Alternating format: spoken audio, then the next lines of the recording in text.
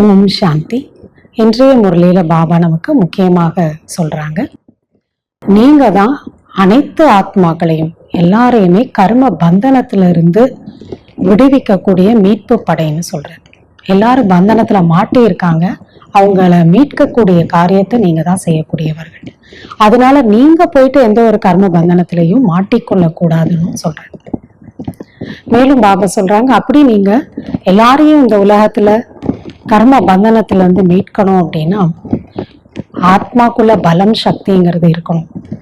அப்போ பாபா எந்த ஒரு பயிற்சி செய்யும் பொழுது ஆத்மாக்குள்ள அந்த சக்தி பலம் நிரம்புதுன்னு சொல்றாருன்னா, பாபா சொல்றாங்க, எப்ப நேரம் கிடைச்சாலும் சரி நீங்க இந்த பயிற்சியை பண்ணுங்க. இந்த சரீரத்துல இருந்து உடல்ல இருந்து விலகிய அசரீரியாக இருக்கக்கூடிய பயிற்சியை செய்து கொண்டே இருங்க. நான் ஆத்மா இந்த சரீரத்தை நடத்தக்கூடிய ஒரு சக்தியாக இருக்கேன், இந்த உடல்ல இருந்து தனிப்பட்ட ஒரு சக்தி நான் அப்படிங்கிறத எப்ப நேரம் கிடைச்சாலும் செஞ்சுக்கிட்டே இருங்க. இந்த ஒரு பயிற்சியானது உங்களுக்குள்ள இழந்த சக்தியை மீண்டும் நிரப்புங்கிறார். ஆத்மாக்குள்ள சக்தி நிரம்பும், ஆத்மாக்குள்ள பலம் என்பது வரும்னு சொல்றேன். பாபா மேலும் சொல்றாங்க, நீங்க தான் இப்ப ஆன்மீக மிலிட்ரியாக இருக்கீங்க. அதுலயும் நீங்க குப்தமான ஒரு மிலிட்ரியோட போர் வீரர்களா இருக்கீங்கன்னு சொல்றாரு. எப்படி அந்த ஒரு மிலிட்ரியில பாத்தீங்கன்னா சில பேர் நேரடியாக போர் செய்யக்கூடிய வீரர்களா இருப்பாங்க, சிலர் பாத்தீங்கன்னா அண்டர் கிரவுண்ட்ல மறைஞ்சிருந்து எப்ப தேவையோ அப்ப போர் செய்யறதுக்கு தயாரா இருப்பாங்க, அவங்க மறைஞ்சு குப்தமா இருப்பாங்க. அதே போலதான் பாபா சொல்றாங்க, நீங்க கூட இப்ப குப்தமான போர் வீரர்கள். நாம மாயாவோட சண்டை போடுறது யுத்தம் பண்றது எல்லாமே ரொம்ப குப்தமா இருக்கு, யாருக்கும் தெரியறது. அப்ப பாபா சொல்றாங்க, உங்களுக்கு அந்த அளவுக்கு உங்களோட ஒரு நினைவு யாத்திரை என்ன செய்றீங்கன்னு யாருக்கும் தெரியாது. உங்களுக்குள்ள எவ்வளவு யோக பலம் இருக்கு, அது மூலமா நீங்க 2500 வருஷமா நம்மள ஆட்சி பண்ணிட்டு இருந்த ராவணனை வெற்றி அடைகிறீங்க, 5 விகாரத்தை யோக பலம் மூலமாக வெற்றி அடைகிறீங்க. அப்படிப்பட்ட போர் வீரர்கள் அப்படிங்கிறது யாருக்கும் தெரியாது, ஏன்னா நீங்க குப்தமாக இருக்கீங்க. மேலும் பாபா சொல்றாங்க, எப்படி அந்த மிலிட்ரியில இருக்கவங்களுக்கு அந்த பெரிய கமாண்டர் வந்தாரு அப்படின்னா அட்டென்ஷன் சொன்னா எல்லாரோட கவனமும் என்ன பண்ணிட்டு இருந்தாலும் சரி அவங்க எல்லாரும் அமைதியாயிடுவாங்க, பேசிட்டு இருந்தாலும் சரி, என்ன வேலை பண்ணிட்டு இருந்தாலும். அப்ப பாபா சொல்றாங்க, இங்க நீங்க பாருங்க, யாரும் சொல்ல வேண்டிய அவசியம் இல்லை, நீங்க அடிக்கடி உங்களுக்குள்ள சதா இந்த கவனம் அட்டென்ஷன் இருக்கணும். நாம எப்ப தேவையோ அப்ப நம்ம இந்த உலகத்துல காரியங்களை செய்யணும். அது முடிந்த உடனே உங்களுக்கு ஒரு அட்டென்ஷன் இருக்கணும். நாம திரும்ப நம்மளுடைய சுய தர்மமான சாந்தியில நிலைச்சிருக்கணும். பாபா தான் சொல்றாங்க, உங்களோட சங்கல்பங்கள் இந்த சரீர சம்பந்தப்பட்டதுல இருந்து விலக்கும் போதுதான் அசரீரியோட அனுபவம் செய்ய முடியும். இல்ல உடல் சம்பந்தப்பட்ட விஷயங்களை நினைவு செய்துட்டே இருந்தோம்னா அசரீரி ஆக முடியாது. அதனால பாபா சொல்றாங்க, இதை நீங்க அடிக்கடி உங்களுடைய கவனம் முழுமையாக அதுல இருக்கணுங்கிற. மற்றபடி உங்களுடைய யோகம்ங்கிறது ரொம்ப சகஜ யோகம் தான். கண்களை மூடி இங்க நீங்க யோகா பண்ணணும்னு அவசியம் இல்லைங்கிற, கண்ணை திறந்துட்டு தான் பண்ணணுங்கிற. சன்னியாசிகள் தான் கண்ணை மூடிக்கிறாங்க, ஏன்னா கண்ணை திறந்துருந்தா அவங்களுக்கு ஏதாவது கவனம் சதறிடும், இல்ல பெண்களை பார்க்கவே மாட்டாங்க, கண்ணை மூடிப்பாங்க. அப்படியெல்லாம் இங்க கிடையாது. நீங்க புரிஞ்சுக்கிட்டு நீங்க நினைவு செய்றீங்க, உங்களையும் ஆத்மான்னு புரிஞ்சுக்கிறீங்க, தந்தையையும் ஆத்மானு பரமாத்மா என்னுடைய அப்பான்னு புரிஞ்சுக்கிறீங்க, என்ன நினைவு செய்றீங்க. அதனால இங்க நீங்க கண்களை மூட வேண்டிய அவசியம் இல்லைங்கிற. மேலும் பாபா சொல்றாங்க, இப்ப உங்களுடைய 2 கண்கள்ல ஒரு கண்ணுல சுகதாம் இருக்கணும், ஒரு கண்ணுல சாந்தி தாம் இருக்கணும். இப்படி நீங்க துக்க தாமத்தை மறந்துடணுங்கிறார், இது 2 தான் இருக்கணுங்கிறார். அப்போ இந்த 2 உங்க கண்கள்ல இருக்கும்போது, அப்படின்னா இந்த சிந்தனையில நம்ம இருக்கும்போது, நாம் பரம்தாம் வீட்டுக்கு திரும்ப போகணும், மேலும் நானும் சுகதாம் போறதுக்கு ரெடி ஆகணும் சத்தியவத்து, இது 2 தான் உங்களோட லட்சியமா புத்தியில இருக்க வேண்டிய விஷயங்கள். பாபா சொல்றாங்க, அப்ப இந்த துக்கதாமம் என்ன ஆயிடும், சகஜமா மறந்துடும். அப்படி உங்க புத்தியில இது 2 ஞாபகம் இருந்துச்சுன்னா நீங்க நடமாடக்கூடிய கலங்கரை விளக்கமாக இருக்க முடியுங்கிற.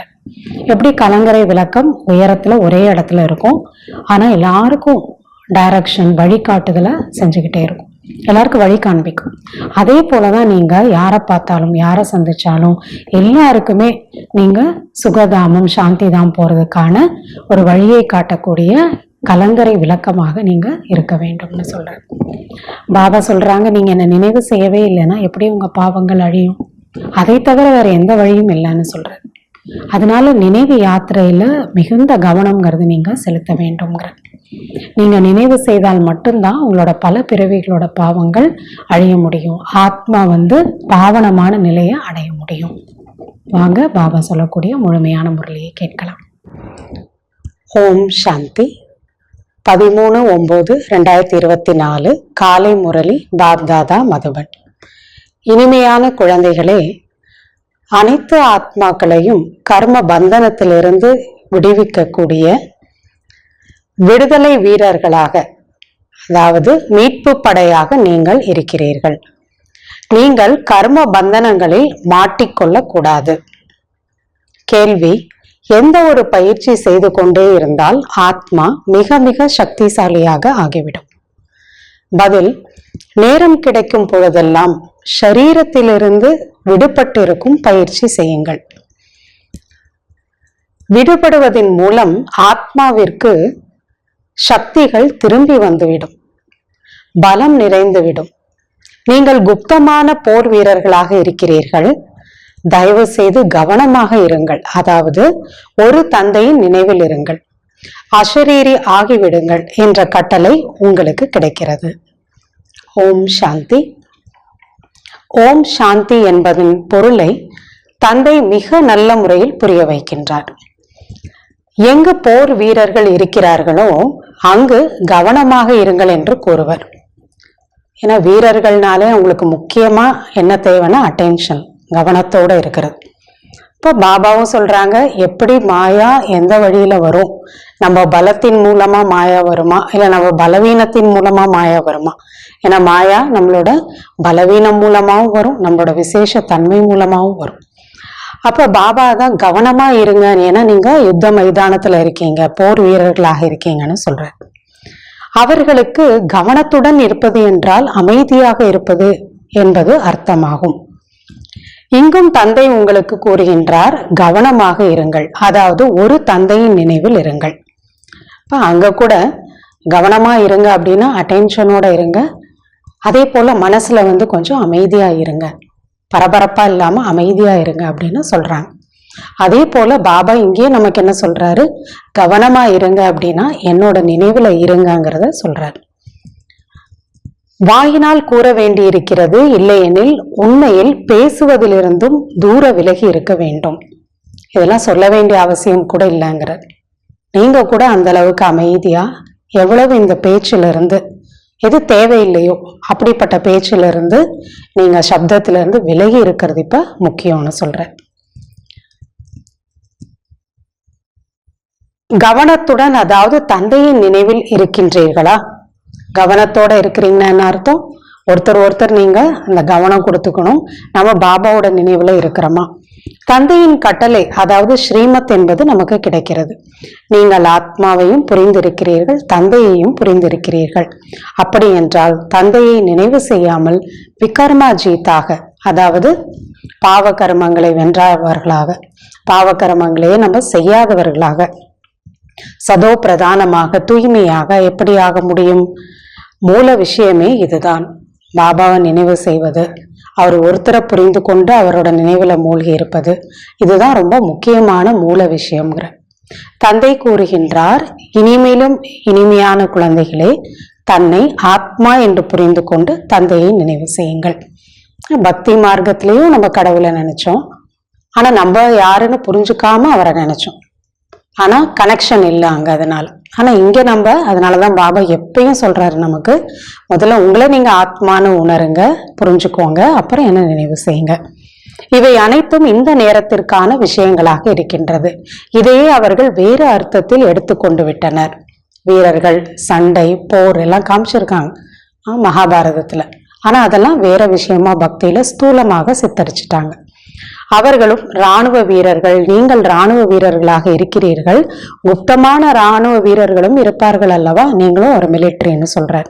ஆனா மறைமுகமா இருக்கீங்க, மறைந்து இருப்பார். அங்க கூட மிலிட்ரி சில பேர் வெளியே தெரிய மாட்டாங்க, அண்டர் கிரவுண்ட்ல மறைஞ்சிருப்பாங்க, எப்ப தேவையோ வெளியே வருவாங்க. நீங்களும் குப்தமாக இருக்கிறீர்கள். நீங்கள் குப்தமான, அதாவது மறைமுகமான வீரர்களாக ஆகிவிடுகிறீர்கள். அதாவது தந்தையின் நினைவில் நீங்கள் ஐக்கியமாகி விடுகிறீர்கள். அந்த அளவுக்கு பாபாவோட நினைவை நீங்க மூழ்கி விடுறீங்க. அவ்வளவு குப்தமான ஒரு போர் வீரர்களாக இருக்கீங்க. ஏன்னா மாயா சண்டை போடும், ஆனாலும் அதெல்லாத்தையும் வெற்றி அடைஞ்சு நீங்க பாபாவை நினைவு செய்றீங்க. இதுதான் குப்தம் என்று கூறப்படுகிறது. நாம இந்த அளவுக்கு ஒரு பகவானை நினைக்கிறோன்னு வெளியே யாருக்கும் தெரியாது. அவ்வளோ சக்தி மனதில் இருக்குன்னு வேற யாருக்கும் தெரியாது. பாருங்க, மிலிட்ரி இருக்காங்கன்னா அவங்க வெளியே தெரிவாங்க. அவங்கள பார்க்கும் போதே இவங்கெல்லாம் மிலிட்ரியை சேர்ந்தவங்க, அதுக்கான ஒரு பயிற்சிகள், அதற்கான வீரம், அதெல்லாம் அவங்களுக்கு தெரியும். ஆனா நம்மள பார்த்தா யாருக்கும் எதுவுமே தெரியாது. நம்ம பாபா சொல்றாங்க, மனதுல அவ்வளோ பெரிய போர் வீரர்களா இருக்கிறீங்க. எவ்வளோ 2500 வருஷம் உங்களை அதிகாரம் செய்த மாயாவை நீங்க வெற்றி அடைகிறீங்க. அப்ப எவ்வளவு குப்தமான நீங்க போர் வீரர்களாக நீங்க இருக்கீங்க. யாரும் அறிந்து கொள்ள முடியாது. உங்களுக்குள்ள இவ்வளோ சக்தி இருக்குங்கிறத யாரும் தெரிஞ்சுக்க முடியாது. ஏனெனில் நீங்கள் குப்தமாக இருக்கின்றீர்கள் அல்லவா. உங்களது நினைவு யாத்திரையும் குப்தமாக இருக்கின்றது. எப்படி நாம அந்த அளவுக்கு வீரராகிறோம் பாபாவோட நினைவு மூலம். ஆனா அந்த நினைவும் குப்தமா இருக்கு. நம்ம யாரும் காட்டுல போய் உட்கார்ந்து அமைதியா கவனம் பண்ணிட்டே இருக்கோம், நிறைய பேருக்கு தெரியுது அப்படின்னும் கிடையாது. எல்லா பொறுப்பு, கடமை, வேலையெல்லாம் செய்துட்டே நம்ம இருக்கோம். அதனால ரொம்ப குப்தமாக இருக்கு அது கூட நினைவு யாத்திரை. தந்தை கூறுவது என்னவென்றால், என்னை மட்டும் நினைவு செய்தால் போதும். ஏனெனில் நினைவின் மூலம்தான் ஆதரவற்ற, அதாவது ஆத்மாக்கள் யாரெல்லாம் அப்படி ஆதரவற்று இருக்கிறாங்களோ அவர்களுக்கு நன்மை ஏற்படும் என்பதை தந்தை கூறுகின்றார். இப்பொழுது உங்களை ஆதரவற்றவர்கள் என்று கூறுகிறார்கள் அல்லவா. அதாவது உங்களை பார்த்தா எல்லாரும் ரொம்ப பாவம், யாருமே இல்லை, இரக்கத்திற்கு உரியவர்கள், இவங்களை பார்த்து நம்ம இறக்கப்படணும்னு அந்த காலத்துல நினைச்சாங்க. சொர்க்கத்தில் ஆதரவற்றவர்கள் இருக்க மாட்டார்கள். இங்க இருக்கக்கூடிய மனிதர்கள் எல்லாருமே அப்படிதாங்கிறார். ஒருத்தர் கஷ்டத்துல துக்கத்துல இருக்கும்போது எல்லாரையும் பார்க்கும்போது இவங்கெல்லாம் இவ்வளவு கஷ்டப்படுறாங்க, இரக்கம் கருணை தான் வைக்கணும்னு இந்த உலகத்துல எல்லாரும் அப்படி இரக்கம் கருணைய வைக்கக்கூடிய அளவிற்கு துக்கத்துல இருக்காங்க. ஆனா அங்க யாருமே அப்படி இருக்க மாட்டேங்கிற. யாராவது ஏதாவது பந்தனத்தில் மாட்டிக்கொண்டு இருக்கிறார்கள் என்றால் அவர்களுக்கு ஆதரவற்றவர்கள் என்று கூறப்படுகிறது. ஏதாவது ஒரு கஷ்டத்துல பிரச்சனையில மாட்டிட்டு இருக்காங்கன்னா அவங்கள பார்த்து எல்லாருக்கும் இரக்கம் வருது. இதையும் நீங்கள் புரிந்திருக்கிறீர்கள். நீங்கள் கலங்கரை விளக்கமாக இருக்கின்றீர்கள். இதையெல்லாம் தந்தை உங்களுக்கு புரிய வைக்கின்றார். எல்லாருக்கும் வழிகாட்டுறவங்களா இருக்கீங்க. தந்தையும் கலங்கரை விளக்கம் என்று கூறப்படுகின்றார். பாபாவும் அப்படிதான், அவரு ஒரு கலங்கரை விளக்கமா இருக்கார். எவ்வளவு உயர்ந்த சக்தி அவரு, எல்லாருக்கும் வழிகாட்டுறார். ஒரு கண்ணில் சாந்தி தாமம், மற்றொரு கண்ணில் சுகதாமத்தை வையுங்கள் என்று தந்தை அடிக்கடி புரிய வைக்கிறார். உங்க 2 கண்ணில் என்ன இருக்கணும்? ஒண்ணு, நம்ம வீட்டுக்கு திரும்ப தூய்மையாக போகணும், பரம்தாம். 2வது, நான் தெய்வீக குணங்கள் நிறைந்த தேவதையாகி நான் சுகதாம், சத்தியுகத்துக்கு போகணும். இது 2 தான் உங்களுக்கு உங்க புத்தியில நிறைஞ்சிருக்கணுங்கிறார். அதான் கண்ணில் நிறைஞ்சிருக்கிறது. நீங்கள் கலங்கரை விளக்கம் போன்று இருக்கிறீர்கள். எழுந்தாலும் அமர்ந்தாலும் நடந்தாலும் நீங்கள் கலங்கரை விளக்கமாக இருங்கள். எல்லாருக்கும் வழிகாட்டக்கூடியவர்களா, பிரகாசம் உடையவர்களாக. அதாவது உங்களுக்கு இந்த உலகத்துல என்ன கிடைச்சிருக்கு? அறியாமை இருள்ல இருந்து விடுதலை கிடைச்சிருக்கு. இப்ப நீங்க எங்க போனாலும் வந்தாலும் நீங்க அப்படி கைடிங் லைட் மாதிரி இருக்கணுங்கிறார். எல்லாருக்கும் சரியான வழிகாட்டக்கூடியவர்களா நீங்க அப்படிப்பட்ட நடமாடும் கலங்கரை விளக்கமாக இருங்கள். இந்த துக்க தாமத்தில் அனைவரின் படகும் சிக்கிக் கொண்டிருக்கிறது. அதனால் தான் எனது படகை கரை சேருங்கள், கடவுளே என கரை சேர்த்துருங்கன்னு சொல்றாங்க. படகோட்டியே, அனைவரின் படகும் சிக்கிக் கொண்டிருக்கிறது. அவர்களை மீட்பது யார்? அதற்கு எந்த ஒரு மீட்பு படை வீரர்களும் கிடையாது. இவ்வாறே பெயர் வைத்து விட்டனர் இல்லையா. மீட்பு படை அப்படின்னா இந்த துக்கத்துல தவிச்சிட்டு இருக்கிறாங்களே, அவங்கள யாரு மீட்கிறது? உண்மையில் நீங்கள் தான் மீட்கக்கூடிய வீரர்களாக இருக்கிறீர்கள். இந்த துக்க கடல்ல இருந்து எல்லாத்தையும் மீட்கக்கூடிய மீட்பு படையினர் நீங்க தான் சொல்றார். நீங்கள் தான் ஒவ்வொருவரையும் விடுவிக்கின்றீர்கள். இந்த துக்க கடல்ல இருந்து நீங்க தான் விடுதலை செய்றீங்க. அனைவரும் 5 விகாரங்கள் என்ற வலையில் சிக்கிக் கொண்டிருக்கின்றனர். அதனால் தான் எங்களை கரை சேர்த்து விடுங்கள் என்று கூறுகின்றனர். ஆக தந்தை கூறுகின்றார், இந்த நினைவு யாத்திரையின் மூலம் நீங்கள் விஷக்கடலை கடந்து விடுவீர்கள். பாபாவை எவ்வளவு நினைவு செய்யறோமோ இந்த விஷக்கடலை கடந்து நாம போயிடுவோம். இப்பொழுது அனைவருமே சிக்கிக் கொண்டிருக்கிறார்கள். தந்தையை தோட்டக்காரன் என்றும் கூறுகிறோம். பாபாக்கு எவ்வளவு பெயர் இருக்கு. அனைத்து விஷயங்களும் இந்த நேரத்திற்கான விஷயம் இல்லையா. அவர் தான் மலர்களை பார்த்துக்கிறாரு. அதாவது முல்லை மலரா மாத்தி இவ்வளவு பெரிய நல்ல தோட்டம், அல்லாவினுடைய கார்டன் தான் சொர்க்கத்தை சொல்றாங்க. அப்படிப்பட்ட தோட்டக்காரரா இருந்து அவ்வளவு முள்ளையும் மலராக்க ஆக்கி கூட்டிட்டு போறாரு. ஸோ அதெல்லாம் இந்த டைம்ல பாபா செய்யக்கூடிய ஒரு காரியங்கள் தான்.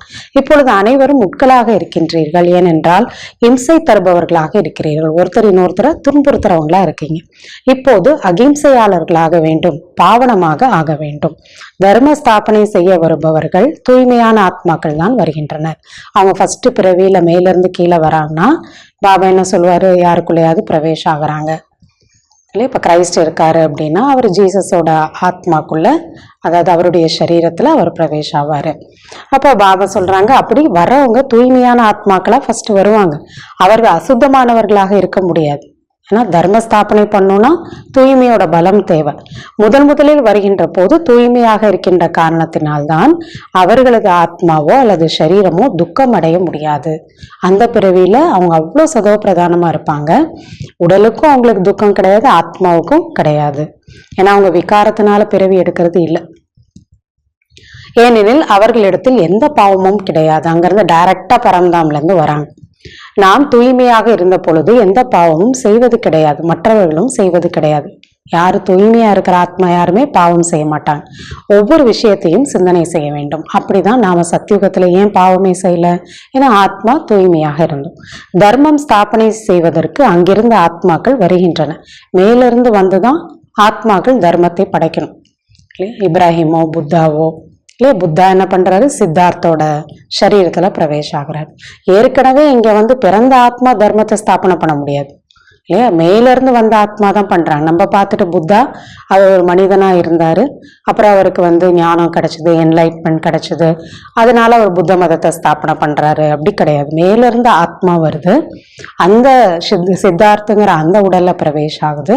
அப்ப அந்த தூய்மையான ஆத்மா தான் அந்த தர்மத்தை படைக்கிறாங்களே தவிர இங்கேயே ஏற்கனவே பிறந்தவர்கள் அதை செய்ய முடியாதுன்னு பாபா சொல்றாங்க.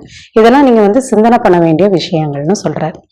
பிறகு அவர்களது ராஜ்யமும் நடைபெறுகிறது இல்லையா. அதுக்கப்புறமா அவங்க நிறைய பேர் அந்த தர்மத்துல ஜாயின் பண்றாங்க. அந்த ஒரு தர்மம்ங்கிறது இன்னும் விருத்தி அடையும். சீக்கிய தர்மம் அவர்களும் ராஜ்யம் இருக்கிறது. சன்னியாசிகளினுடைய ராஜ்யமும் நடைபெறுகிறது. சன்னியாசிகளுடைய ராஜ்யம் ராஜாக்களாக அவர்கள் ஆகுவது கிடையாது. அவங்க ராஜ்யம் என்பது அவர்களுக்கு கிடையாது. ராஜாக்களாக ஆறது யாரு அப்படின்னா மற்ற தர்மத்தை சேர்ந்தவர்கள் நிறைய உலகத்துல நிறைய ஸ்ப்ரெட் ஆகுறாங்க. அவங்க ராஜ்யத்தை ஆட்சி செய்யக்கூடியவங்களா ஆயிடுறாங்க, கிறிஸ்டியானிட்டி அதெல்லாம். ஆனா சன்னியாசி தர்மம் பாபா சொல்றாங்க அப்படி கிடையாது. அவங்க ஆட்சி செய்வது கிடையாது, ராஜ்யம் செய்வது கிடையாது. அவங்க தியாகம் செய்துட்டு காட்டுக்கு போயிடுறாங்க. சீக்கிய தர்மத்தில் மகாராஜா போன்றவர்கள் இருக்கின்றனர். அவர்கள் தர்ம ஸ்தாபனை வருகின்ற பொழுது புது ஆத்மாவாக வருகின்றனர். கிறிஸ்து கிறிஸ்துவ தர்மத்தை ஸ்தாபனை செய்கின்றார். புத்தர் புத்த தர்மம், இப்ராஹிம் இஸ்லாமிய தர்மம், அனைவரின் பெயரிலும் தர்மம் உருவாகிறது. அவங்கவுங்க பேருக்கு ஏற்ற மாதிரி புத்தானா புத்திசம், கிரைஸ்ட்னா கிறிஸ்டியானிட்டி அப்படி உருவாகுது. தேவி தேவதா தர்மத்தின் பெயர் என்பதே கிடையாது. அப்படி இல்லாம போயிடுச்சு. நிராகார தந்தை வந்துதான் தேவி தேவதா தர்மத்தை ஸ்தாபனை செய்கின்றார். ஏன் தேவி தேவதா தர்மம்னு இல்ல புத்த தர்மம் இல்ல எப்படி கிறிஸ்துவ தர்மம்னு அவங்க பேர்ல சொல்றாங்களோ அதே போல தேவி தேவர்களுக்கு தேவி தேவதா தர்மம்னு வச்சிருக்காங்களே இல்லையா, அப்படி வச்சுக்கலாமே. ஆனா அப்படி கிடையாது. அப்ப என் பாபா ஏன்னு சொல்றாரு, ஏன்னா தேவி தேவதைகள் அந்த தர்மத்தை ஸ்தாபனை பண்ணல. பரமாத்மா சிவ பாபா மேல இருந்து அவர் தான் அதை ஸ்தாபனை செய்யறாரு. அவர் தேகதாரி கிடையாது. மற்ற தர்மத்தை ஸ்தாபனை செய்பவர்களுக்கு தேகத்தின் பெயர் இருக்கிறது. அவங்க ஒரு உடல்ல பிரவேசம் ஆகுறாங்க, அவங்களுடைய உடலுக்கு பேர் இருக்கு. சோ அந்த தர்மத்தை அந்த பேர்ல வச்சுக்கிறாங்க. இவர் தேகதாரி கிடையாது. புது உலகில் தான் ராஜ்யம் நடைபெறுகிறது. அதனால இப்ப அவருக்கு அந்த தர்மத்தை என்ன படைக்கிறாரோ அப்பவே தேவி தேவதா தர்மம்னு அது ஆகாது. ஆக தந்தை கூறுகின்றார், குழந்தைகளை தன்னை ஆன்மீக இராணுவ படை வீரர்கள் என்ற அவசியம் புரிந்து கொள்ளுங்கள். அந்த இராணுவத்தின் சேனாதிபதி அதாவது கமாண்டர் வருகின்ற பொழுது நேராக நிற்க அவர் கட்டளையிடுகின்றார். அவர் கூறியதும் உடனேயே நேராக நின்று விடுகின்றனர். அட்டென்ஷன் அப்படின்னா எல்லாரும் நேரா நிக்கணும். ஆனால் அது பொய்யான அமைதியாக ஆகிவிடுகிறது. அவர்கள் அப்படி அவர் யாரு எப்ப சொல்றாரோ கமாண்டர், அப்போ எல்லாத்துல இருந்து அவங்களோட ஒரு கவனத்தை எடுத்து அவங்க அட்டென்ஷனா நிக்கிறாங்க, அமைதியா ஆயிடுறாங்க. பேசிட்டு இருந்தவங்க பேசாம ஆயிடுவாங்க, வேலை செஞ்சுட்டு இருந்தவங்க வேலை செய்யாம அமைதியா நிற்பாங்க. இதெல்லாம் அங்கேயும் வந்து செய்யறாங்க. உலகத்தார் அவர்களது குருக்களை நினைவு செய்வர் அல்லது அமைதியாக இருப்பர். அதே போலதான் எப்படி மிலிட்ரி அட்டென்ஷன் ஒன்று அமைதியாயிடுறாங்க, மற்ற சன்னியாசி தர்மத்தை சேர்ந்தவங்களா இருந்தாலும் அவங்களுடைய குருவை நினைச்சுக்கிட்டு அமைதியா கொஞ்ச நேரம் இருக்காங்க. ஆனா அதெல்லாம் வந்து ஒரு பொய்யான அமைதியாக ஆகிவிடுகிறதுங்கிறார். ஏன்னா பாபா இங்க நமக்கு சொல்லி கொடுக்கிறாரு, நாம் ஆத்மாக்கள், நமது தர்மமே அமைதி என்பதை நீங்கள் அறிவீர்கள். யாரும் நமக்கு அட்டென்ஷன் சொல்ல வேண்டாம், நம்மளே புரிஞ்சுக்கிறோம். நான் ஆத்மா, அமைதி சொரூபமானவன், அமைதியினுடைய சுய தர்மம். பிறகு யாரை நினைவு செய்ய வேண்டும்? சுய தர்மத்துல நிலைச்சிருந்து யாரை நினைக்கணும்? இப்பொழுது உங்களுக்கு அந்த ஞானம் எல்லாம் கிடைக்கின்றது. ஞான சகிதமாக நினைவில் இருப்பதன் மூலம்தான் பாவங்கள் அழியும். அதனால்தான் பக்தியில அழியல. எவ்வளவு தியாகம் பண்ணி பலி கொடுத்தாலும், உயிரே பலி கொடுத்தாலும் பாபா என்ன சொல்றாரு? பாவங்கள் அழியாது. அப்போ ஞான சகிதமாக என்ன நினைக்கும் போதுதான் பாவங்கள் அழியுதுன்னு சொல்றாரு. இந்த ஞானம் வேறு யாரிடத்திலும் கிடையாது. நாம் ஆத்மாக்கள் அமைதி சுரூபமானவர்கள் என்பதை மனிதர்கள் அறிவதில்லை. இதனாலதான் வெளியே தேடுறாங்க. நாம் சரீரத்திலிருந்து விடுபட்டு அமர வேண்டும். நம்ம அமைதினா என்ன அர்த்தம்? இந்த உடல் உணர்வுல இருந்து, இந்த உடல் சம்பந்தப்பட்ட எல்லா எண்ணங்கள்ல இருந்து விலகி அமைதியாக அமர வேண்டும். இங்கு உங்களுக்கு அந்த பலம் கிடைக்கிறது. இதன் மூலம் நீங்கள் தன்னை ஆத்மா என்று உணர்ந்து தந்தையின் நினைவில் அமர வேண்டும். அமர முடிகின்றது. தன்னை எவ்வாறு ஆத்மா என்று புரிந்து விடுபட்டு அமர வேண்டும் என்பதை தந்தை புரிய வைக்கின்றார். பாபா சொல்லி கொடுக்கிறார், ஆத்மா உங்களுக்கு உடல் கிடையாது. பரம்தாம்ல அப்படிதான் இருந்தீங்க, இங்க வந்திருக்கீங்க, உடல் எடுத்திருக்கிறீங்க. இங்க வந்துதான் உங்களுக்கு உடல் கிடைச்சிருக்கு. நடிக்கிறீங்க. நடிக்கிறதுனால அதுக்கான எண்ணம் காரியம்லாம் செய்ய வேண்டியதா இருக்கு. மற்றபடி நீங்க யாரு? அமைதியான ஆத்மா. அதுதான் உங்களோட சுய தர்மம்னு எல்லாம் புரிய வைக்கிறார். ஆத்மாக்களாகிய நாம் இப்பொழுது திரும்பி செல்ல வேண்டும் என்பதையும் நீங்கள் அறிவீர்கள். நாம் அங்கு வசிக்கக்கூடியவர்கள் பரம்தாம்ல இவ்வளவு காலம் வீட்டை மறந்து விட்டோம். நாம் இப்பொழுது வீட்டிற்கு செல்ல வேண்டும் என்பதை வேற யாரும் நினைப்பது கிடையாது. தூய்மை இல்லாத ஆத்மாக்கள் திரும்பி செல்லவும் முடியாது. யாரை நினைக்க வேண்டும் என்று புரிய வைப்பவர்களும் கிடையாது. ஒரே ஒருவரை தான் நாம் நினைவு செய்ய வேண்டும் என்று தந்தை வந்து புரிய வைக்கின்றார். இல்லைன்னா பலரையும் நாம நினைவு செய்துட்டு இருந்தோம். வேறு யாரையாவது நினைவு செய்வதால் என்ன பலன் இருக்கிறது? வேற யாராவது தேவதைகளை நினைச்சாலும் இல்ல குருமார்களை நினைச்சாலும் பாவம் கிடையாது. ஆனா பலன் இல்லதான. பக்தி மார்க்கத்தில் சிவசிவா என்று கூறிக்கொண்டே இருக்கின்றனர். இதனால் என்ன பலன் என்பது யாருக்கும் தெரியாது.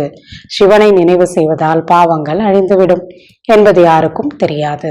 ஓசைகள் கேட்க முடிகின்றது. கண்டிப்பாக ஓசைகள் இருக்கவே செய்யும். அப்படின்னா தியானம் பண்றோம், யோகா பண்றோம்னா சத்தம்லாம் இருக்கதான் செய்யும். இது போன்ற விஷயங்களினால் எந்த பலனும் கிடையாது.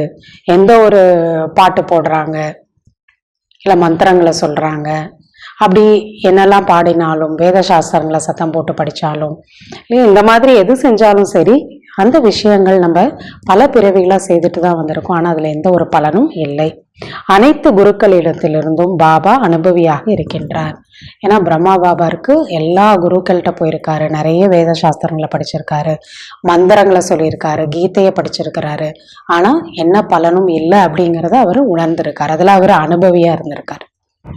தந்தை கூறுகின்றார் அல்லவா, ஹே அர்ஜுன், இவை அனைத்தையும் விட்டுவிட்டு சத்குரு கிடைத்து விட்டார் என்று பார்க்கும் பொழுது இது போன்ற அனைத்து விஷயங்களும் அவசியம் கிடையாது. எப்ப நமக்கு சத்குரு கிடைச்சிட்டாரோ, உண்மையான ஞானத்தை சொல்றாரோ, அப்ப நம்ம சப்தத்துல வந்து பாட்டு பாடணும், மந்திரங்களை சொல்லணும், அது அவசியம் இல்லை. சத்குரு கரை சேர்ப்பிட்டார், நம்ம எல்லாத்தையும் கரை சேர்க்கிறார். நான் உங்களை அசுர உலகத்திலிருந்து விடுதலை செய்து அக்கறைக்கு அழைத்து செல்கின்றேன் என்று தந்தை கூறுகின்றார். நாம் இப்பொழுது விஷக்கடலை கடந்து செல்ல வேண்டும். இது போன்ற விஷயங்களை புரிய வைக்க வேண்டும். படகோட்டி படகை ஓட்டுபவராக இருப்பார், ஆனால் புரிய வைப்பதற்காக தான் இந்த பெயர் ஏற்பட்டிருக்கிறது. இவர் பிராணேஸ்வர் பாபா என்று கூறப்படுகிறார். பாபா படகை ஓட்டுறாருன்னா என்ன அர்த்தம்? இந்த கலியுகத்திலிருந்து சத்தியுகத்தை நம்மளை கொண்டு போய் விடுறாரு. விஷக்கடலை கடக்க வச்சு பார்க்கடலுக்கு விடுறாரு. இதெல்லாம் மற்றவங்களுக்கு தெரியாது. பாபா தான் சொல்றாங்க, பிராணேஸ்வர் பாபா அப்படின்னு நம்ம உயிரை கொடுக்கக்கூடியவர், மேலும் நமக்கு எல்லாமே உயிர் போல அன்பானவர். அவர் தான் பிராணேஸ்வர். நம்ம எல்லாருக்கும் உயிர் தானத்தை கொடுக்கக்கூடியவர். உயிர் தானம் கொடுக்கக்கூடிய பாபா அமரர்களாக நம்மை ஆக்கிவிடுகின்றார். பிராணன் என்பது ஆத்மாவை கூறப்படுகிறது. ஆத்மா நீங்கி விட்டால் பிராணன் போய்விட்டது, உயிர் போயிடுச்சுங்கிறாங்க. பிறகு சரீரத்தை வைத்துக் கொள்வது கிடையாது, ஏன்னா அது யூஸ் இல்லை. ஆத்மா இருக்கிறது எனில் சரீரமும் ஆரோக்கியமாக இருக்கும். ஆத்மா இல்லாத சரீரம் என்பது துர்நாற்றம் ஏற்பட்டுவிடும். பிறகு அதை வைத்து என்ன செய்ய முடியும்? மிருகங்களும் இவ்வாறு செய்யாது, செத்துடுச்சுன்னா அதுவும் விட்டுட்டு போயிடும். ஒரே ஒரு குரங்கு மட்டும்தான் தனது குழந்தை இறந்த பிறகும் துர்நாற்றம் வீசினாலும் கூட அந்த பிணத்தை விடவே விடாது. ஏன்னா அதுக்கு அவ்வளோ மோகம் பற்று இருக்கும். தன்னோட குழந்தை செத்து போச்சுன்னா கூட அதை அப்படியே துர்நாற்றம் அடிச்சாலும் தன்னோட மடியில அப்படியே பத்திரமா அணைத்து வச்சுக்கணும். ஏன்னா அது ஒண்ணுதான் அந்த மிருகத்துல அப்படி இருக்குன்னு சொல்றாங்க. தொங்கிக் கொண்டே இருக்கும். அது மிருகம், நீங்கள் மனிதர்கள் அல்லவா, அதை பார்த்து அதோட சங்கல்பம் எல்லாம் அதுலயே தான் இருக்கும். அதை கெட்டு போயிருந்தா கூட அதை விடாது. ஆனா பாபா சொல்றாங்க அது மிருகம், அதுக்கு தெரியாது. ஆனா நீங்க அப்படி இருக்கக்கூடாது இல்லை, ஏன்னா நீங்க மனிதர்கள் தானே. அதாவது அந்த அளவுக்கு உங்களுக்கு அந்த மோகம் பற்றுதல் மனிதர்கள் மேல இருக்கக்கூடாதுங்கிற. சரீரம் விட்டு விட்டால் விரைவில் அதை வெளியேற்றி விடுங்கள் என்று கூறுவர். எவ்வளவு சீக்கிரம் டிஸ்போஸ் பண்ணுமோ அதை அழிச்சிடுவாங்க. சொர்க்கம் சென்று விட்டதாக மனிதர்கள் கூறுகின்றனர். இறந்துட்டாங்கன்னா சொர்க்கத்துக்கு போயிட்டாங்க. பிணத்தை எடுத்து செல்லும் பொழுது முதலில் அதன் பாதத்தை மயானத்தின் பக்கம் வைப்பர். பிறகு மயானத்திற்குள் நுழையும் பொழுது பூஜைகள் செய்த பிறகு சொர்க்கத்து சென்று கொண்டிருப்பதாக நினைப்பர். பிறகு அதன் முகத்தை மயானத்தின் பக்கம் வைத்து விடுவர். வீட்டில இருந்து கொண்டு போகும்போது என்ன பண்றாங்க, இந்த தலை கால் எங்க இருக்கணுமோ அதை மாத்திடுறாங்க. அதாவது வீட்டை விட்டு போறாருன்னா அவருடைய தலை பாகத்தை மயானத்தை நோக்கி திருப்பிடுறாங்க. அப்புறம் மயானத்துல போய் இன்னொன்னு சொர்க்கத்தை போறாருன்னு அதை ஒரு திருப்புறாங்க. ஸோ இது போல எல்லாம் என்ன பண்றாங்க, சில சடங்குகளை வச்சிருக்கிறாங்க. பிறகு அதன் முகத்தை மயானத்தின் பக்கம் வைத்து விடுவர். நீங்கள் கிருஷ்ணரையும் மிக சரியாக காண்பித்திருக்கிறீர்கள். நரகத்தை எட்டி உதைத்து கொண்டிருக்கிறார். அவர் ஒரு கால் முன்னாடி இன்னொரு கால் பின்னாடி இருக்கும். அப்படின்னா நரகத்தை எட்டி உதைக்கிறார், கையில சொர்க்கத்துல வச்சிருக்காரு. கிருஷ்ணனின் சரீரம் இது கிடையாது, அவரது பெயர் உருவம் மாறுகிறது. எவ்வளவு விஷயங்களை தந்தை புரிய வைத்தாலும் கூட மன்மனாபவ என்று கூறுகின்றார். பாபா சொல்றான், கிருஷ்ணனா இப்ப நம்ம யாரை பாக்குறோமோ காட்டியிருக்காங்களோ பக்தியில, அது போல கிடையாது. சத்தியுகத்துல கிருஷ்ணன் இளவரசனாக புதுசா வருவார். இப்போ பாபா சொல்றாங்க, இதெல்லாம் புரிஞ்சுக்கிட்டா கூட கடைசியில நான் சொல்லக்கூடிய முக்கியமான விஷயம் என்னன்னு சொல்றாரு, மன்மனாபவ, மனதை என்னிடம் திருப்புங்கள், மனதை எனக்கு அர்ப்பணம் செய்து விடுங்கள். அதுதான் பாபா சொல்றாங்க. இங்கு அமர்கின்ற பொழுது உங்களுடைய கவனம் தேவை. புத்தி தந்தையிடத்தில் ஈடுபட்டு இருக்க வேண்டும். உங்களது இந்த கவனம் சதா காலத்திற்கும் கொண்டு வரக்கூடியது. இங்க வந்தீங்கன்னா எல்லாத்தையும் மறந்துரு, ஒரு பாபாவை தான் நினைக்கணுங்கிற. எதுவரை வாழ்வீர்களோ அதுவரை தந்தையை நினைவு செய்ய வேண்டும். பக்தி மாதிரி ஒரு நாள் பூஜை செய்யறது இல்லை ஏதாவது விசேஷங்களுக்கு நம்ம செய்யறது அப்படி கிடையாது. டெய்லி இருக்கிற வரைக்கும் பாபாவை நினைவு செய்யும். நினைவின் மூலம்தான் பல பிறவிகளின் பாவங்கள் அழிகிறது. நினைவு செய்யவில்லை என்றால் பாவங்களும் அழியாது. தந்தையை நினைவு செய்ய வேண்டும். நினைவின் பொழுது ஒரு பொழுதும் கண்களை மூடக்கூடாது. சன்னியாசிகள் கண்களை மூடிக்கொண்டு அமர்கின்றனர். சிலர் பெண்களின் முகத்தை பார்க்கவே மாட்டார்கள். துணியினால் கண்களை மூடிக்கொண்டு அமர்ந்திருப்பர். நீங்கள் இங்கு அமர்ந்திருக்கும் பொழுது படைப்பவர் மற்றும் படைப்பின் முதல் இடை கடையின் சுயதர்சன சக்கரத்தை சுற்றி கொண்டே இருக்க வேண்டும். பாபா சொல்றாங்க, நீங்க கண்ணை மூடிட்டு ஹட்டயோகம்லாம் பண்ண வேண்டாம். அவங்க யாரையாவது பார்த்தா கவனம் சிதறிடும் அப்படின்னு கண்ணை முடிக்கிறாங்க. பெண்களை முக்கியமா பார்க்கவே மாட்டாங்க. ஆனா அப்படியெல்லாம் உங்களுக்கு கிடையாது. உங்களுக்கு புரிதல் இருக்கு, ஞானம் இருக்கு. கண்ணு திறந்திருந்தாலும் பார்த்தாலும் பார்க்காம இருக்கலாம். யாரை பார்த்தாலும் ஆத்மா அப்படின்னு பார்க்கலாம். ஸோ பாபா சொல்றாங்க, அதனால கண்ணை மூடி நீங்க அமரணுங்கிற அவசியம்லாம் இங்க இல்லைன்னு சொல்றாரு. நீங்கள் சுயதர்சன சக்கரத்தை புத்தியில சுற்றி கொண்டே இருக்கீங்க. நீங்கள் கலங்கரை விளக்கமாக இருக்கின்றீர்கள். இது துக்கமான உலகம். ஒரு கண்ணில் சாந்தி தாமம், மற்றொரு கண்ணில் சுகதாமம். எழுந்தாலும் அமர்ந்தாலும் தன்னை கலங்கரை விளக்கம் என்று நினையுங்கள். பாபா விதவிதமான முறையில் புரிய வைக்கின்றார். நீங்கள் தன்னையும் பாதுகாத்துக் கொள்கிறீர்கள். கலங்கரை விளக்கமாக ஆவதின் மூலம் தனக்கும் நன்மை செய்து கொள்கிறீர்கள். முதல்ல நீங்க ஞானத்தை புரிஞ்சுக்கிட்டு பாபாவை நினைவு செய்தீங்கன்னா முதல்ல உங்களுக்கு நன்மை என்பது கிடைக்குது. அதுக்கப்புறம் மற்றவங்களுக்கும் நீங்க என்ன பண்றீங்க, வழி காண்பிக்கிறவங்களா இருக்கிறீங்க. உங்க மூலமா மற்றவங்களுக்கும் நன்மை என்பது ஏற்படுகிறதுங்கிற.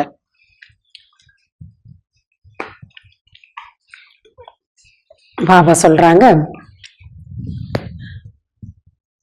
கலங்கரை விளக்கம் ஆவதன் மூலம் உங்களுக்கு முதலில் நன்மை. தந்தையை அவசியம் நினைவு செய்ய வேண்டும். செல்லும் வழியில் யாரையாவது சந்தித்தால் கூட அவர்களுக்கும் கூற வேண்டும். பாபாவை பற்றி அறிமுகம் கொடுக்க வேண்டும். பலரையும் நீங்கள் சந்திக்கின்றீர்கள். அவர்கள் ஒவ்வொருவருக்கொருவர் சந்திக்கும் பொழுது ராம் ராம் என்று லௌகீகத்தில் சொல்லிக் கொள்கிறார்கள். லௌகீகத்தில் என்ன பண்ணுவாங்க, ஒருத்தர் சந்திக்கும் போது ராம் ராம் வணக்கம் சொல்ற மாதிரி அப்படி சொல்லுவாங்க. அது போல நீங்க என்ன பண்ணுங்கன்னு சொல்றாரு பாபா. யாரை சந்திச்சாலும் பாபாவோட அறிமுகத்தை கொடுங்க. இது துக்கதாமம், அது சாந்தி தாமம் மற்றும் சுகதாமம் என்பது உங்களுக்கு தெரியுமா அப்படின்லாம் அவங்க கிட்ட கேளுங்க. நீங்கள் சாந்தி தாமம் சுகதாமம் செல்ல விரும்புகிறீர்களா? இந்த 3 சித்திரங்களை பற்றி மற்றவர்களுக்கு புரிய வைப்பது மிகவும் அதிசயமாகும். இதெல்லாம் ரொம்ப நீங்கள் புரிய வைக்கணும். எது சாந்தி தாமம், எது சுகதாமம், எது அமைதியான உலகம், இதெல்லாம் புரிய வைங்க. துக்கதாமம் இது அப்படிங்கிறதெல்லாம் புரிய வைங்க. இதெல்லாம் புரிய வைப்பது எளியதாகும். உங்களுக்கு குறிப்பாக உணர்த்துகின்றனர். கலங்கரை விளக்கும் என்பது நீங்கள்தான். கலங்கரை விளக்கம்னா நாம மனிதர்கள் மற்றவங்களுக்கு வழிகாட்டக்கூடியவர்களாக இருக்கும். இந்த படகு ராவணனின் சிறையில் மாட்டிக்கொண்டிருக்கிறது. மனிதர்களை விடுவிக்க முடியாது இல்லையா? ராவணனோட ஜெயில இருந்து சீத்தையை விடுதலை பண்ணணும்னா ராம் தான் வரணும் இல்லையா? இங்க இருக்க மனிதர்கள் முடியாது, பரமாத்மா தான். அவை அனைத்தும் செயற்கையான எல்லைக்குட்பட்ட விஷயங்கள், அப்படி கதையா காட்டியிருக்காங்க. இது எல்லையற்ற விஷயமாக இருக்கின்றது. அது சமூக சேவையும் கிடையாது. உண்மையான சேவை இதுதான், அதாவது அனைவரின் படகையும் கரை சேர்ப்பது. பாபா சொல்றாங்க, உண்மையான சமூக சேவைனா நீங்க தான் செய்றீங்கிற. மனிதர்களுக்கு என்ன சேவை செய்ய வேண்டும் என்பது உங்களது புத்தியில் இருக்கிறது. இப்ப என்ன சேவை உண்மையில மனிதர்களுக்கு தேவை? ஆன்மீக விழிப்புணர்வு தேவை, பாபாவோட அறிமுகம் தேவை. இப்ப என்ன சேவை அவங்களுக்கு செய்யணுங்கிறது உங்க புத்தியில தெளிவா இருக்குங்கிற. முக்தி தாமம் செல்வதற்காக, தந்தையை சந்திப்பதற்காக நீங்கள் குருக்களிடம் செல்கிறீர்கள். ஆனால் யாரும் சந்திப்பது கிடையாது என்பதை முதலில் கூறுங்கள். நீங்க எங்க போனாலும் கடவுளை நீங்க சந்திக்க முடியாது. சந்திப்பதற்கான வழி தந்தை தான் கூறுகின்றாள். இந்த குருமார்கள் கிட்ட இருந்தோ அது கிடைக்காது. இந்த சாஸ்திரங்கள் போன்றவற்றை படிப்பதன் மூலம் பகவானை அடைய முடியும் என்று அவர்கள் நினைக்கின்றனர். இங்க பக்தியில ஆறுதலுக்கு பகவான் ஏதாவது ரூபத்தில் கிடைப்பார், எப்பொழுது கிடைப்பார் என்பது போன்ற அனைத்தையும் தந்தை உங்களுக்கு புரிய வைக்கின்றார். அவங்களுக்கு எப்பயாவது கிடைப்பாருன்னு நம்பிக்கையில செய்யறாங்க. ஒருவரை நினைவு செய்ய வேண்டும் என்பதை நீங்கள் சித்திரங்களில் காண்பித்திருக்கிறீர்கள். தர்மஸ்தாபகர்களாக யாராக இருந்தாலும் அவர்களும் இவ்வாறுதான் சைகை கொடுக்கின்றனர். ஒரு கை அவங்களுக்கு எப்பொழுதுமே இப்படி மேல இருக்கும்.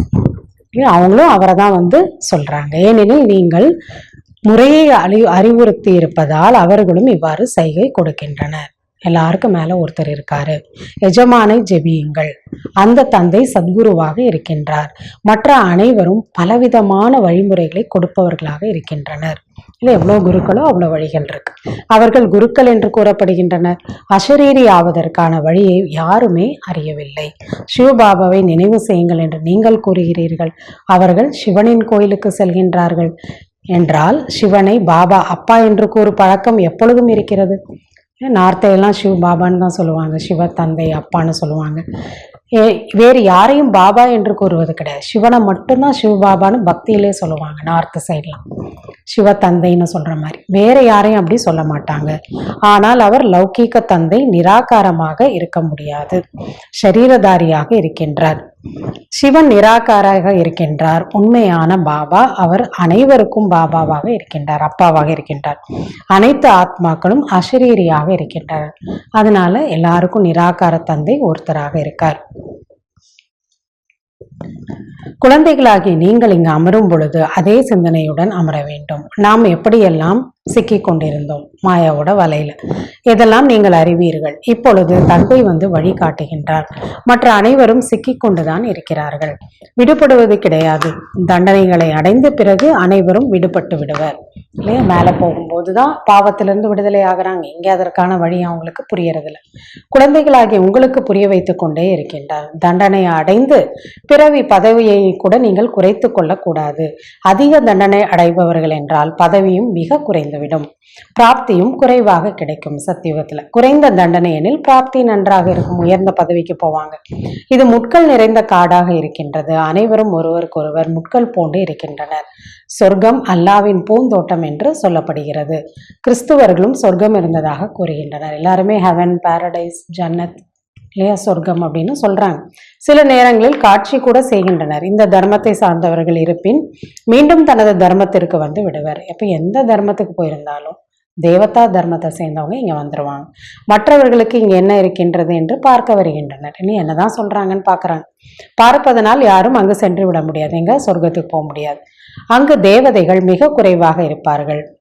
இல்லையா? தந்தையை அறிந்து கொள்ள வேண்டும் மற்றும் ஞானத்தை பெற வேண்டும். அப்பதான் சொர்க்கத்துக்கு போக முடியும்.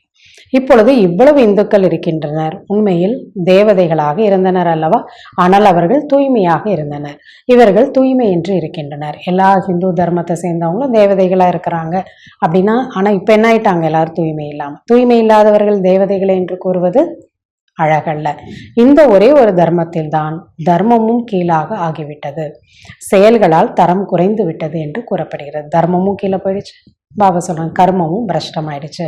ஆதி சனாதன இந்து தர்மம் என்று கூறிவிட்டனர் இல்லையா. அதுக்கு அப்படின்னு சொல்லிட்டாங்க, இந்துங்கிற வார்த்தையை சேர்த்துட்டாங்க. ஆதி சனாதன இந்து தர்மம். தேவதா தர்மத்தின் பெயர் இடம் தெரியவே இல்லை. தேவதா தர்மம் அப்படிங்கிற பெயரே இல்லாம ஆயிடுச்சு. ஏன்னா தன்னை அப்படி சொல்லிக்க முடியாதுங்கிறதுனால அந்த வார்த்தையை விட்டுட்டாங்க. குழந்தைகளாகி நமக்கு மிக இனிமையான தந்தை இருக்கின்றார். அவர் எப்படிப்பட்டவர்களை எப்படி மாற்றுகின்றார், எவ்வளோ கீழானவர்களை சதோபிரதானாக்குறார். தந்தை எவ்வாறு வருகின்றார் என்பதையெல்லாம் நீங்கள் புரிந்து கொள்கிறீர்கள். தேவதைகளின் பாதங்கள் பழைய தமோ பிரதானமான சிருஷ்டியில் படாது எனும் பொழுது பிறகு தந்தை எப்படி வருவார்? அவங்க உடல்ல வருவாரா? வரமாட்டார். தந்தை நிராகாரமாக இருக்கின்றார். அவருக்கு தனக்கென்று சரீரம் கிடையாது. அதனால்தான் இவரிடத்தில் பிரவேசம் செய்கின்றார். பிரம்மா உடல்ல வரார். இப்பொழுது குழந்தைகளே ஆகிய நீங்கள் ஈஸ்வரிய உலகில் அமர்ந்திருக்கிறீர்கள். அவர்கள் அனைவரும் அசுர உலகில் இருக்கின்றனர். இது மிகவும் சிறிய சங்கம யுகமாகும். டைம் ரொம்ப சின்ன பீரியட் சங்கம யுகம். நாம் இப்பொழுது தேவதை உலகத்திலும் கிடையாது, அசுர உலகத்திலும் கிடையாது என்பதை நீங்கள் புரிந்திருக்கிறீர்கள். நடுவில் இருக்கும் சங்கம யுகத்தில் நாம் ஈஸ்வரிய உலகில் இருக்கின்றோம். நம்மை வீட்டிற்கு அழைத்து செல்வதற்காக தந்தை வந்திருக்கின்றார். இது என்னுடைய வீடு என்று தந்தை கூறுகிறார். அவரோட வீடும் பரம்தாம் தான். உங்களை கவனிப்பதற்காக நான் எனது வீட்டை விட்டு வந்திருக்கின்றேன். பாரதம் சுகதாமமாக ஆகிவிடும் பொழுது பிறகு நான் வருவது கிடையாது. நான் உலகிற்கு எஜமானனாக ஆவதும் கிடையாது. நீங்கள் ஆகின்றீர்கள். நான் பிரம்மாண்டத்திற்கு எஜமானனாக இருக்கின்றேன். பிரம்மாண்டத்திலிருந்து அனைவரும் வருகின்றீர்கள். யார் வர வேண்டி இருக்கிறதோ அவர்கள் இப்பொழுது எஜமானர்களாக ஆகி அங்கு அமர்ந்திருக்கின்றனர். ஆனால் அவர்கள் வந்து உலகத்திற்கு எஜமானர்களாக ஆவது கிடையாது. யாரெல்லாம் பிரம்மாண்டத்திலிருந்து இங்க கீழே வந்திருக்கோம், யாரெல்லாம் வரணுமோ அவங்க வராங்க. ஞானத்தை எடுத்துக்கொள்றவங்க இந்த உலகத்திற்கு எஜமானர்களாக ஆகிவிடுறாங்க. எல்லாருமே அப்படி அங்கிருந்து வரக்கூடிய எல்லாருமே உலகத்திற்கு எஜமானர்களா ஆகிறது இல்லை. பாபா சொல்றாங்க தான் இதெல்லாம் பல விஷயங்களை பாபா நமக்கு புரிய வைக்கின்றார். சில மாணவர்கள் மிகவும் நல்லவர்களாக இருக்கும் பொழுது, அதாவது நல்லா படிக்கும் போது அவங்களுக்கு உதவித்தொகை ஸ்காலர்ஷிப் என்பது கிடைக்கின்றது. நான் தூய்மையாக ஆவேன் என்று இங்கு இருக்கும் பொழுது கூறுகின்றனர். பிறகு வீட்டிற்கு சென்றவுடன் அசுத்தமாக ஆகிவிடுகின்றனர். ஆச்சரியமாக இருக்கிறது. இவ்வாறு பக்குவமற்றவர்களை அழைத்து வர வேண்டாம். மதுபனுக்கு பாபாவை சந்திக்கிறவர்களாம் அழைத்து வர வேண்டாம். ஆச்சரியமாக இருக்கிறது. அப்படியெல்லாம் வராங்கங்கிற சிந்தித்து பார்த்து அழைத்து வர வேண்டியதாக இருக்கின்றது. நிமித்த மாணவர்கள்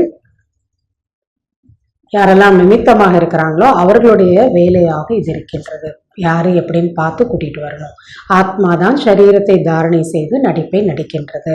அதற்கு அழிவற்ற பாகம் என்பது கிடைத்திருக்கின்றது என்பதை நீங்கள் அறிவீர்கள். நாம் ஆத்மா அழியாத பாகத்தோட நம்ம மீண்டும் மீண்டும் நடித்து கொண்டே இருக்கோம். அச்சா, இனிமேலும் இனிமையான காணாமல் போய் கண்டெடுக்கப்பட்ட செல்ல குழந்தைகளுக்கு தாயும் தந்தையின் ஆன்மீக ஆன்மீக குழந்தைகளுக்கு ஆன்மீக தந்தையின் நமஸ்காரம், ஆன்மீக தந்தைக்கு ஆன்மீக குழந்தைகளின் நமஸ்காரம். தாரணைக்கான முக்கிய சாரம். முதலாவது பாயிண்ட், கலங்கரை விளக்கமாகி அனைவருக்கும் சாந்தி தாமம் சுகதாமத்தின் வழியை கூற வேண்டும். அனைவரின் படகையும் துக்கதாமத்திலிருந்து விடுவிக்கும் சேவை செய்ய வேண்டும். தனக்கும் நன்மையை செய்து கொள்ள வேண்டும். இரண்டாவது பாயிண்ட், தனது சாந்தி ஸ்வரூப ஸ்திதியில் நிலைத்திருந்து ஷரீரத்திலிருந்து விடுபட்டு இருக்கக்கூடிய பயிற்சி செய்ய வேண்டும். நினைவின் பொழுது கண்களை திறந்து கொண்டு அமர வேண்டும். புத்தியில் படைப்பவர் மற்றும் படைப்பின் சிந்தனை செய்ய வேண்டும். வரதானம், தன்னுடைய சங்கல்பங்களை சுத்தமாக, ஞான சொரூபமாக மற்றும் சக்தி சொரூபமாக ஆக்கக்கூடிய சம்பூர்ண பவித்திரமானவர்கள் ஆக வேண்டும். பாபாவிற்கு சமமாக ஆகுவதற்கு தூய்மையின் அஸ்திவாரத்தை உறுதியாக்குங்கள். அடித்தளத்தில், அதாவது ஃபவுண்டேஷன், பிரம்மச்சரியத்தின் விரதம் தாரணை செய்வது என்பது பொதுவான விஷயமாக இருக்கின்றது. இங்க வந்துட்டோம் அப்படின்னாலே பிரம்மச்சரியமா இருக்கிறது பொதுவான ஒரு விஷயம்தான். இதில் மட்டுமே குஷி அடைந்து விடக்கூடாது. நான் பிரம்மச்சரியமா தூய்மையா இருக்கேன் சரீரத்துலன்னு அதுல மட்டுமே சந்தோஷப்பட்டுக்க வேண்டாம். திருஷ்டி, உள்ளுணர்வு, இதிலும் தூய்மையை அண்டர்லைன் செய்ய வேண்டும். பாபா சொல்ற உங்க பார்வை தூய்மையா இருக்கணும், உங்களுடைய உள் உணர்வு கூட ரொம்ப தூய்மையானதாக இருக்கணும். கூடவே தனது சம்ஸ்காரங்களையும் சுத்தமாக ஞான சொரூபமாக சக்தி சொரூபமாக ஆக்குங்கள். அவங்க சம்ஸ்காரமும் அந்த அளவுக்கு தெய்வீகமாக ஞான சொரூபமாக இருக்கணுங்க. சங்கல்பத்தில் இப்பொழுது அதிகப்படியான குறை இருக்கின்றது. பாபா சொல்றாங்க, எண்ணத்துல ரொம்ப கவனமாக இருங்க. எண்ணத்துல சக்தி இருக்கணும், ஞானம் இருக்கணும். இந்த பலவீனங்களையும் நீக்கிவிட்டால் சம்பூர்ண தூய்மையாக ஆகிவிடலாம். சம்பூர்ண தூய்மையான ஆத்மா என்று அப்பொழுதுதான் சொல்ல முடியும். அப்ப எண்ணத்துல இருக்கக்கூடிய பலவீனத்தை கூட நீங்க மாற்றணும். அதுல கூட தூய்மை இருக்கணும், எண்ணத்திலையும் தூய்மை இருக்கணும், சங்கல்பத்திலையும் தூய்மை வச்சிருக்கணும். அப்பதான் உங்களை அந்த அளவுக்கு சம்பூர்ண தூய்மையான ஆத்மான்னு சொல்ல முடியும். ஸ்லோகன்: பார்வையில் அனைவருக்காக இரக்கம் மற்றும் சுப பாவனை இருந்தால் அபிமானம் அல்லது அவமானத்தின் அம்சம் இருக்க முடியாது. பாபா சொல்றாங்க, எல்லாரும் மேலே உங்களுக்கு இரக்கம் சுப பாவனை இருக்கும், யார் எப்படி இருந்தாலும் சரி. அப்போ உங்களுக்கு அபிமானம் இருக்காது. இவங்கெல்லாம் ரொம்ப மோசம், இவங்க சம்ஸ்காரம் சரியில்லை, இவங்களாம் இவ்வளோ பாவம் செய்கிறாங்க, நான் ரொம்ப நல்லவன் அப்படிங்கிற அபிமானமும் நமக்கு வராது. சுப பாவனை இரக்கம் வைக்கும்போது நான் பலவீனமானவங்க மேலே நம்ம இரக்கம் வைக்கணும். இன்னொன்று, அவமானமும் வராது. மற்றவங்க ஏதாவது நம்மளை சொன்னாங்க அப்படின்னா நம்மளும் அந்த அவமானத்தில் போக மாட்டோம். எப்போ நமக்கு இரக்கம் மற்றும் சுப பாவனை இருக்கோ அந்த அவமானம் அபிமானம் ரெண்டையுமே நம்ம வெல்ல முடியும். அச்சா. ஓம் சாந்தி.